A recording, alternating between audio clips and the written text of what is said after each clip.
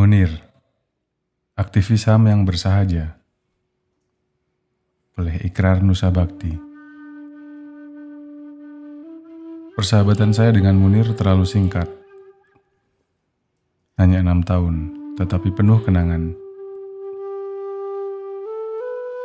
Dalam 6 tahun itu, banyak kegiatan yang kami lakukan bersama-sama, baik dalam kegiatan-kegiatan yang terkait dengan seminar-seminar di Lembaga Ilmu Pengetahuan Indonesia, maupun upaya kami di dalam fokus group discussion yang dilakukan Pro Patria sebagai bagian dari reformasi sektor pertahanan.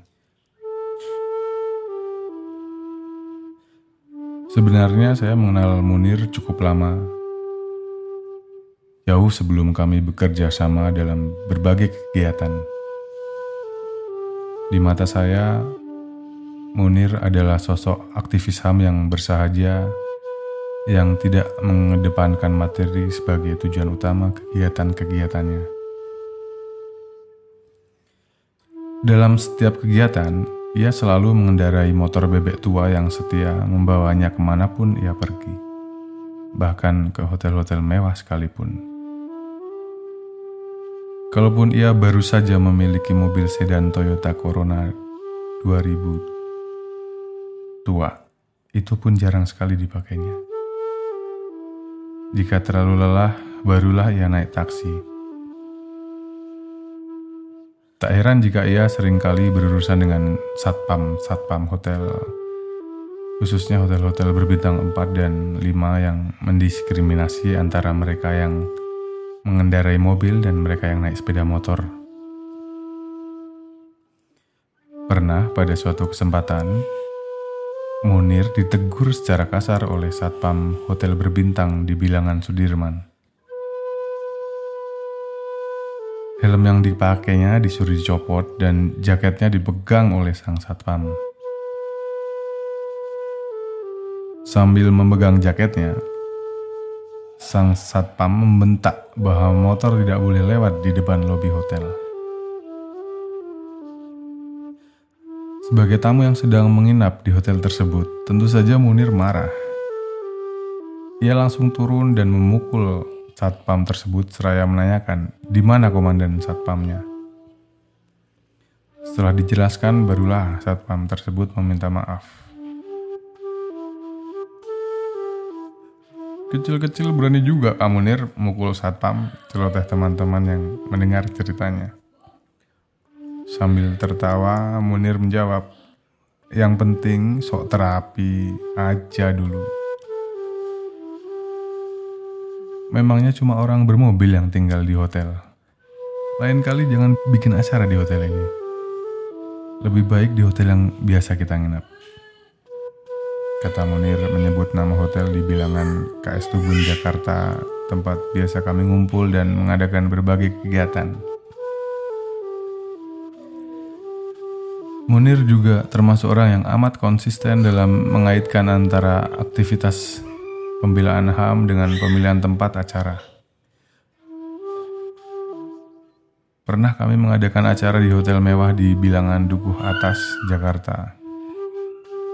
Langsung ia meminta maaf untuk tidak bisa mengikuti acara karena gimana aku mau nginap di hotel itu kalau dulu aku membela para karyawannya yang di PHK. Hati kecilnya merasa tak nyaman jika ia menikmati kemewahan hotel tersebut, sementara dulu ia berhadapan dengan manajemen hotel akibat banyaknya karyawan yang di PHK.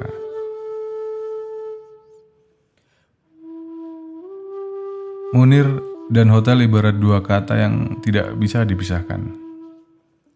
Pernah ia berkomentar, aku hitung-hitung selama 2 bulan ini aku lebih banyak tinggal di hotel ketimbang di rumah. Saya waktu itu berkomentar, Nir, gimana ya kalau banyak masyarakat tahu kita sering mengadakan acara di hotel. Apa nggak dipersepsikan sebagai orang-orang borjuis? Jawab Munir, itulah masalahnya. Tapi ya gimana lagi? Bukan uang kita ini yang bayarkan lembaga, funding. Ada beberapa cerita lucu tentang hotel dan Munir. Pernah kami menginap di hotel mewah dekat gedung DPR MPR Senayan. Ketika akan check out, Munir diminta membayar bill untuk biaya rias rambut dan wajah seorang wanita di salon hotel. Di situ disebut nama wanita tersebut dan bill yang dimasukkan ke kamar Munir. Kami semua berkelakar, wah siapa tuh Nir? Udah ngaku aja deh, bayar. Munir jadi senyum-senyum salah tingkah. Usut punya usut, ternyata bill itu salah diberikan dan manajer hotel meminta maaf kepada Munir. Ada lagi cerita lucu lainnya. Suatu saat kami mengadakan acara di hotel di bilangan Sudirman, Jakarta. Kamar mandi hotel mewah tersebut tak ada tempat pembuangan air dari bak mandinya. Munir menyalakan air hangat agar bisa mandi berendam. Sambil menunggu bak mandi penuh, Munir tidur-tiduran dan kemudian tertidur. Ketika bangun, apalacur air sudah membanjiri seluruh karpet di kamar itu. Munir kaget dan memanggil petugas hotel. Ternyata air juga sudah membasahi karpet di gang hotel. Petugas hotel marah-marah. Munir balik marah. Siapa suruh kamar mandi tidak ada lubang buangan airnya?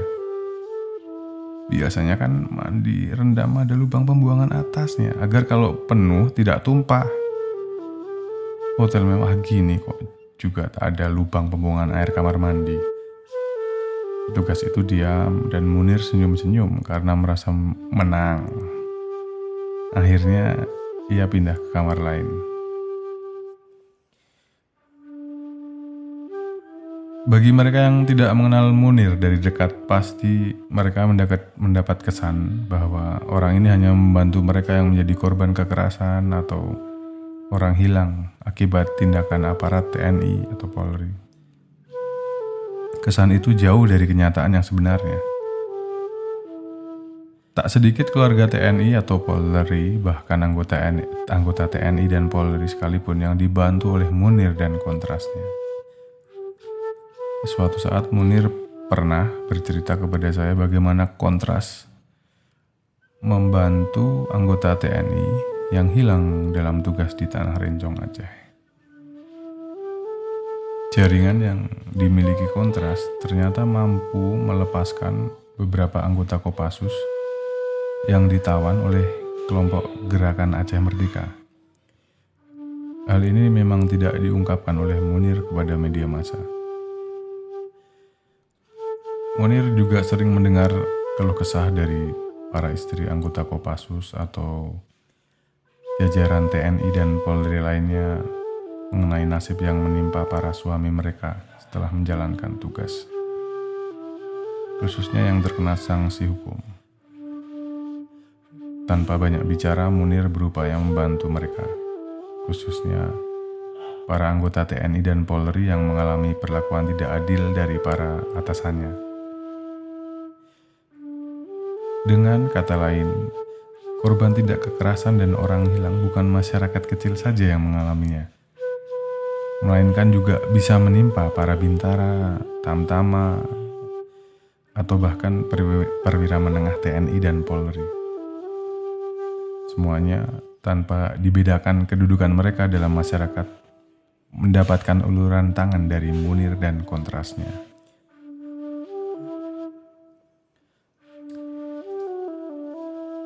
Di mata saya, Munir adalah sahabat yang setia dan pemikir pejuang yang tanpa pamrih dan selalu konsisten pada perjuangannya. Berbagai penghargaan internasional tidak mengubah tingkah laku kesehariannya yang bersahaja. Dalam berbagai tugas seperti merancang rancangan undang-undang pertahanan negara, RUU TNI, RUU Perbantuan TNI, rancangan berbagai kepres yang terkait dengan pertahanan dan keamanan negara, Munir adalah seorang pemikir dan konseptor yang handal dan amat diandalkan oleh teman-teman yang sebagian besar adalah pengamat politik dan militer. Kemampuan akademiknya sangat tinggi, walaupun ia belum mengambil jenjang sarjana strata 2 atau 3. Dalam menerima tugas dari teman-teman di LIPI atau Propatria atau Logos, ia juga melakukannya dengan senang hati tanpa memandang bahwa bebannya lebih berat daripada yang lain. Kami memang memiliki sedikit sekali sahabat ahli hukum yang mau bergabung dan konsisten memikirkan reformasi sektor pertahanan. Antara lain adalah Munir, Fajrul Falak, Bambang Wijoyanto, dan Rudi Satrio. Selain merancang UU, kadang-kadang kami di LIPI juga mengajak Munir untuk menjadi panelis dalam berbagai seminar yang diselenggarakan Pusat Penelitian Politik LIPI, dari persoalan politik domestik hingga ke politik internasional. Kadang-kadang Munir menolak untuk menjadi pemerasaran ataupun panelis dengan alasan dia tidak memiliki keahlian untuk membahas topik-topik politik internasional. Namun, ia tidak keberatan untuk bicara mengenai hubungan Indonesia-Australia, khususnya yang terkait dengan masalah HAM di Timur Timur atau masalah lainnya. Munir adalah seorang yang mampu belajar secara cepat, baik dalam hal ilmu maupun bahasa. Ketika kami diundang oleh Arif Budiman untuk membicarakan hubungan Indonesia-Australia pasca Timur Timur di Melbourne, Australia, tahun 2000, secara kebetulan, Munir tinggal sekamar di hotel bersama saya. Dalam seminar tersebut, Munir masih menggunakan bahasa Indonesia. Namun, pada 2003 dan 2004, Munir sudah berani untuk memaparkan pemikiran-pemikirannya dalam bahasa Inggris dalam berbagai forum internasional di dalam dan di luar negeri. Saya pribadi dan tentunya kawan-kawan yang selama ini dekat dengan Munir merasa kehilangan dengan kepergian Munir, si anak bandel dan nekat. Ia bandel karena dalam berbagai kesempatan selalu kami ingatkan agar kalau capek istirahat, makan yang teratur, tetapi selalu dilanggarnya. Pernah suatu saat, untuk kesekian kalinya Munir kolaps dan masuk rumah sakit St. Carolus. Teman-teman yang ikut kegiatan LIPI saat itu menjengguknya di rumah sakit. Apa yang terjadi? Ia masih membawa komputer, notebook ke kamar hotelnya, dan tetap tak mau diam dengan mengerjakan tugas-tugasnya. Kami bilang, "Nir, istirahat saja. Gak usah mikirin tugas-tugasmu." Dia malah menjawab, "Kalau gak ada komputer aku pusing." Saya juga berkali-kali mengatakan kepada Munir agar menjaga kesehatannya. Jawabnya dalam suatu acara di Hotel Santika, "Aku iki mas. Dari garis keluarga aku termasuk orang yang tidak berumur panjang." Saya balas, "Iya, tapi perjuangan kita masih panjang. Anak-anakmu juga masih kecil-kecil. Apalagi Alif perlu perhatian khusus darimu." Munir malah senyum-senyum menjawab, "Sudahlah mas, umur kita di tangan Tuhan. Gak usah dipikirin."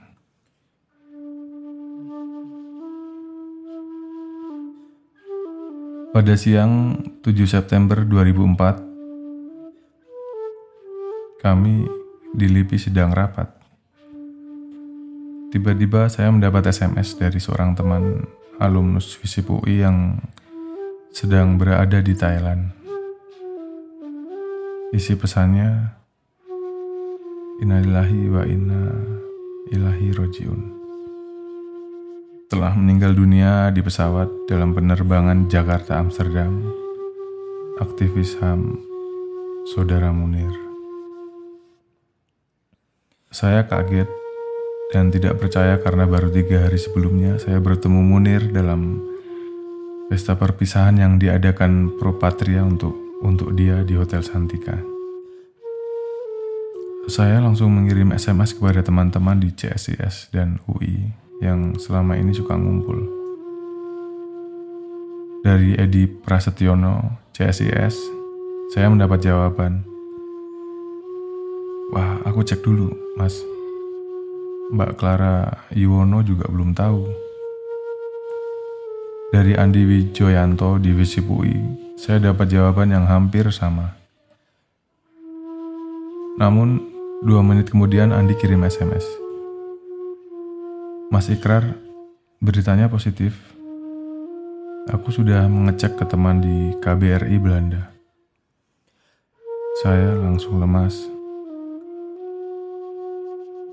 Teman-teman di Pusat Penelitian Politik LIPI yang biasa bekerja sama dengan Munir langsung saya kabari. Sri Anuarti, peneliti LIPI yang sering mengerecoki Munir dan amat dekat dengan Alif, putra pertama Munir, langsung menangis sesenggukan. Munir kita, Mas, Munir kita. Masa sih? Aku nyesel mengapa kemarin gak ikut Mas Ikrar ke acara perpisahan Munir. Yanu langsung meng-SMS Kusnanto Anggoro di CSIS. Kusnanto pun langsung histeris. Ya, kami semua kehilangan seorang sahabat sejati, teman kerja, dan teman seperjuangan yang ingin melihat bangsa ini maju dan berkembang. Tak ada pelanggaran HAM, dan TNI serta Polri-nya profesional, dipenuhi kebutuhan institusi dan anggotanya. Sebagai sahabat, saya harus ikut mengantar Munir ke tempat peristirahatan yang terakhir di kota sejuk, Batu, Malang, Jawa Timur.